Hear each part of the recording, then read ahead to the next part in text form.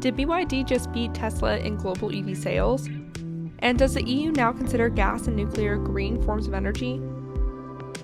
Welcome to the Climate Recap from the Beckisphere Climate Corner, your go-to place for international and US-based climate news.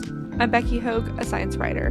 Today is Thursday, July 7th. Let's jump right into the news you need to start your day.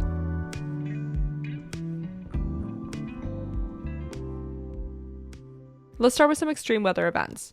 Iraq has been forced to breathe in clouds of dust for the last 2 months as at least 9 sandstorms have blanketed the country. Sandstorms can last several days.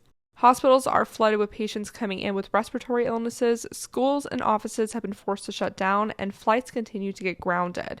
This is sandstorm season, which usually lasts from May to July, and the whole Middle East is quite familiar with these occurrences. But they usually happen only once or twice a year, not 9 times in 2 months. Climate change-induced heat waves and droughts, unsustainable agriculture practices, and poor water management have dried out the area, making it much more susceptible to sandstorms. Additionally, climate change is making the world windier. Over in the US, excess heat warnings and heat advisories are popping up for 80 million people in Kansas, Oklahoma, Missouri, eastern Tennessee, and Arkansas as temperatures stay in the upper 90s and lower hundreds. Remember, humidity in the Central Plains can make the temperature feel 10 degrees Fahrenheit hotter than it actually is. The National Weather Service expects it to continue into the latter part of the week. Memphis, Tennessee is expected to break its heat record today by reaching 102 degrees Fahrenheit or 38.9 degrees Celsius. The previous heat record was made in 1875. Let's check out a shocking new climate study. Scientists just found another ozone hole over the tropics that has been there since the 80s. When they say an ozone hole, we often think of the ones over the poles, particularly Antarctica, that grows and shrinks seasonally. Those ones were discovered in 1985. This new ozone hole is open all year round and it is roughly 7 times larger than the Antarctica one. There are many sciencey reasons why this hole wasn't discovered sooner, and if you want to learn about those, there's a link to the study in the source list below. But this finding has shocked the scientific community. For context, the ozone layer keeps more of the sun's UV rays from reaching the Earth's surface. Increased exposure to ultraviolet rays can lead to the formation of cancers and cataracts, a decreased immune system, and harm to crops and sensitive land and aquatic ecosystems. This hole impacts a half of the world's population. A hole is an area that has at least 25% fewer ozone molecules than unaffected areas. The tropical hole is just as deep as the Antarctic one, showing a 80% depletion of ozone molecules in the center. A hole is caused by humans emitting gases, mainly chlorofluorocarbons, that can combine with ozone molecules. These gases were commonly found in aerosols and refrigerants. World leaders signed the Montreal Protocol to ban these chemicals globally in 1987, which wasn't too hard because non-ozone depleting options were already readily available for market adoption. Though now one of the replacements, hydrofluorocarbons or HFCs, is a potent greenhouse gas and an ozone depleter, so that's in process of being phased out now. But in general, the tropic hole has closed a bit since the agreement, like the other holes, which is good. The author of the study, University of Waterloo scientist Qingbin Liu, said the tropical and polar ozone holes play a major role in cooling and regulating stratospheric temperatures, and that might mirror the formation of 3 temperature holes in the global stratosphere. This finding could help scientists build a better understanding of global climate change because of that. Time for some climate victories, starting in the private sector.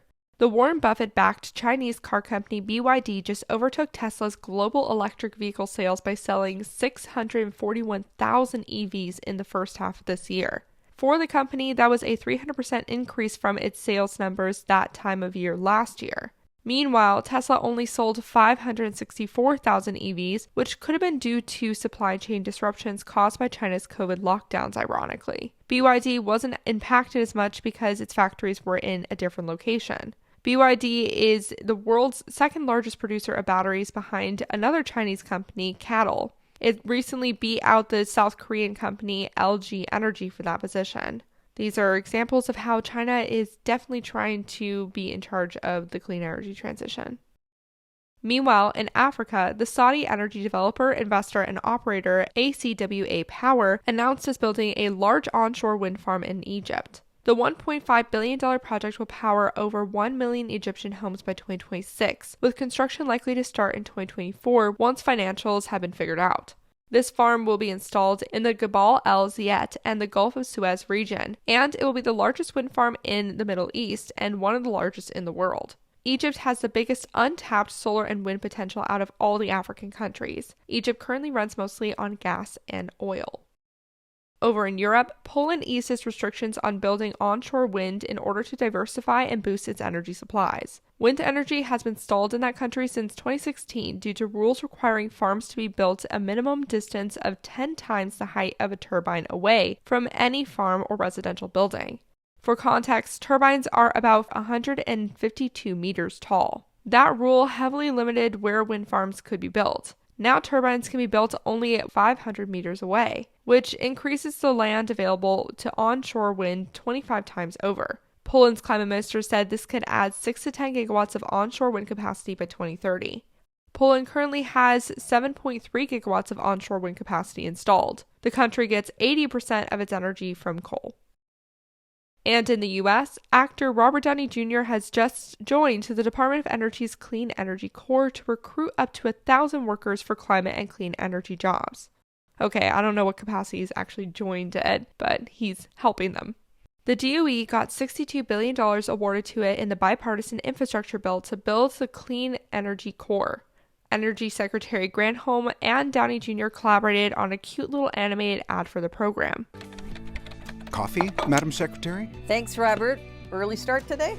Yeah, pretty early. Well, that $62 billion from Congress isn't going to spend itself. And, thousands of jobs across the federal government is a lot of help-wanted ads. That is right. Thanks to Congress's passage of President Biden's bipartisan infrastructure law, DOE's Clean Energy Corps is hiring. In this economy? Yes, Robert, and we're looking for folks to help us with pretty much everything. Scientists. IT teams. Contract managers. HR professionals. Cybersecurity specialists. Civil engineers. Electrical engineers. My gosh, we need everybody. There will be a link in the source list below if anyone wants to check it out. Now for some climate fails. The European Parliament voted to count methane gas and nuclear power as green forms of energy starting in 2023. This will allow those energy producers to market their products as sustainable choices. To be clear, so-called natural gas is not a clean or renewable form of energy. It's a fossil fuel that, while emitting less CO2 than burning oil and coal, has a bad habit of leaking methane. Methane is 84 times a more potent greenhouse gas than CO2 for the first 20 years they're in the atmosphere. In recent years, we have learned more and more about the adverse environmental and human impacts of using gas as an energy source. The EU argues that they are temporarily labeling it green because it's a transition fuel from oil and coal to clean energy. But many recent studies have come out to say it's less expensive to transition straight from coal to clean energy than it is to utilize gas as a transition point. The Intergovernmental Panel on Climate Change and the International Energy Agency have both said that we need to not start any more large fossil fuel projects if we want to keep warming below 2 degrees Celsius above pre-industrial levels. Many climate organizers like Greenpeace are likely to take legal action in the coming months.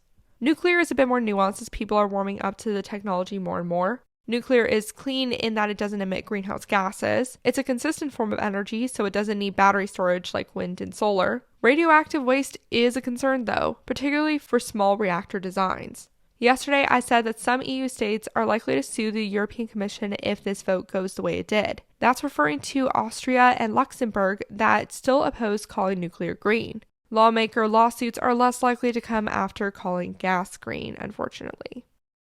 Meanwhile, more than 50 scientists penned a letter to the members of the European Parliament stating that the new definition for forest degradation will water down the deforestation law. The European environmental ministers rewrote draft legislation to make forest degradation refer to the replacement of primary forests with plantations or other wooded lands. The red flag is the word primary because Europe has about 159 million hectares of overall forest, but only 2% or 3.1 million hectares is primary forest. Primary forest is forest space that has never been touched. Another problem is that what it must be replaced with is very narrow. It ignores deforestation caused by unsustainable logging, deliberate burning, mining, and road construction. We'll have to keep an eye on this to see if the new definition sticks.